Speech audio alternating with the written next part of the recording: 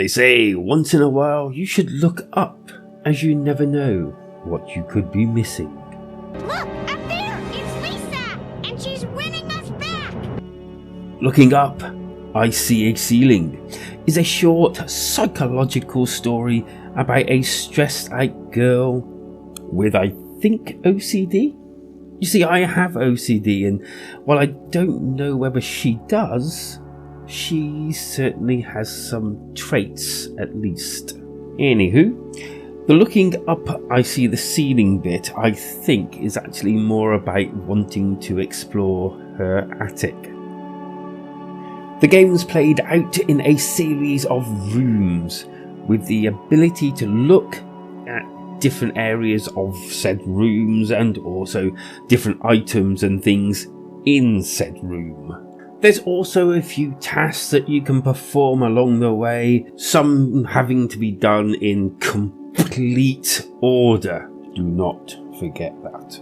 And then there's a little bit of a wandering around, and then there's that attic to peruse at some point as well. To which things start getting to the point of freaking weird and introduces you to the other character within this game. And he's just about as weird as the rest of the game, although his speech comes out in a different colour, which is pretty cool. Although if you're looking for him to answer any of those precious questions you may have, probably think again on that one. Personally, I find it all a little bit too weird for my liking, not in a spooky or, frightening psychological way, just in a weird, not really understanding it way, as I don't think I quite got or understood any of it really. I mean, I did understand she's stressed, she's studying, obviously she's some sort of student, and she's obviously worried about, passing tests and things like that, or getting things wrong. Maybe she's even a little bit depressed, or maybe she's actually got OCD or something. But I just didn't feel like the game expressed that to my liking. In other words, it didn't really hit a chord with me, as it all felt a little bare-boned. Which to my mind was a little bit of a shame, because I normally enjoy Flynns arcade games.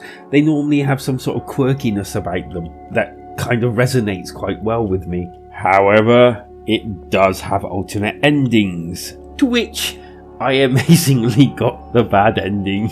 I literally do not know how I do this in these games all the time. But if there's a bad ending to be got, I will normally get it first. And how long did it take me to get this bad ending, I hear you cry? How long did it take you to get the bad ending, Kanan? Less than an hour.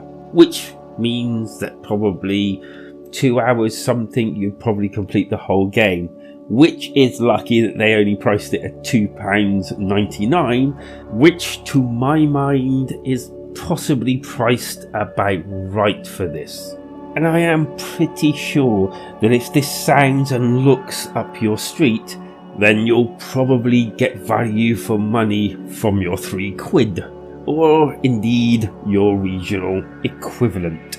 But for my money, unfortunately, I kind of felt it lacked any depth, and kind of felt like all I was doing was just clicking items randomly to find what fits. Just like you should be clicking them like and subscribe buttons. There was a couple of cool bits, but because of spoilers, I can't really mention them because I would basically spoil the story. So did I like playing Looking Up I See a Ceiling? It was okay, but not amazing. It looked pretty good in a comic book style way, and I do like those visuals. It was pretty cool. It did sound tense, or at least the music did, but everything else, just like the actual gameplay itself, felt bare-boned.